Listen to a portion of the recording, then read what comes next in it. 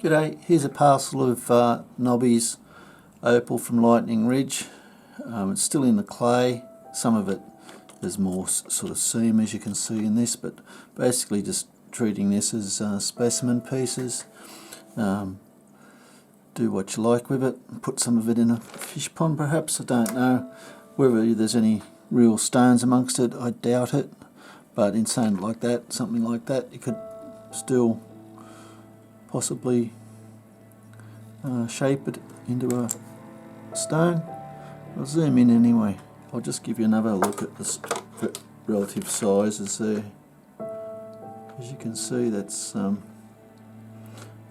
long nearly, that piece. This big piece over here, 40mm wide, 50-60 long. Anyway, I'll go in a bit further.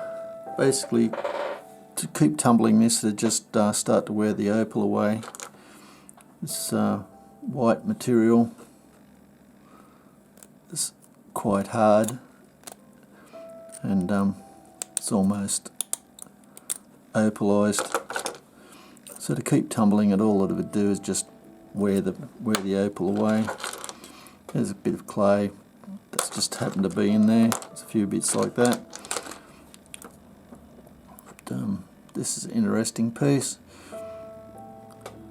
Pity they're not half-inch wide seams, and this rock isn't 10-15 foot long. There's that piece again I was just talking about at the beginning. Whether you actually find any real gemstones amongst this, it's not guaranteed. It's a bit of a gamble. As far as curiosities go, I think it's nice pieces for, like I say, for a fish tank or for your gem collection in your specimen cabinet. Anyway, I hope you've enjoyed. Cheers.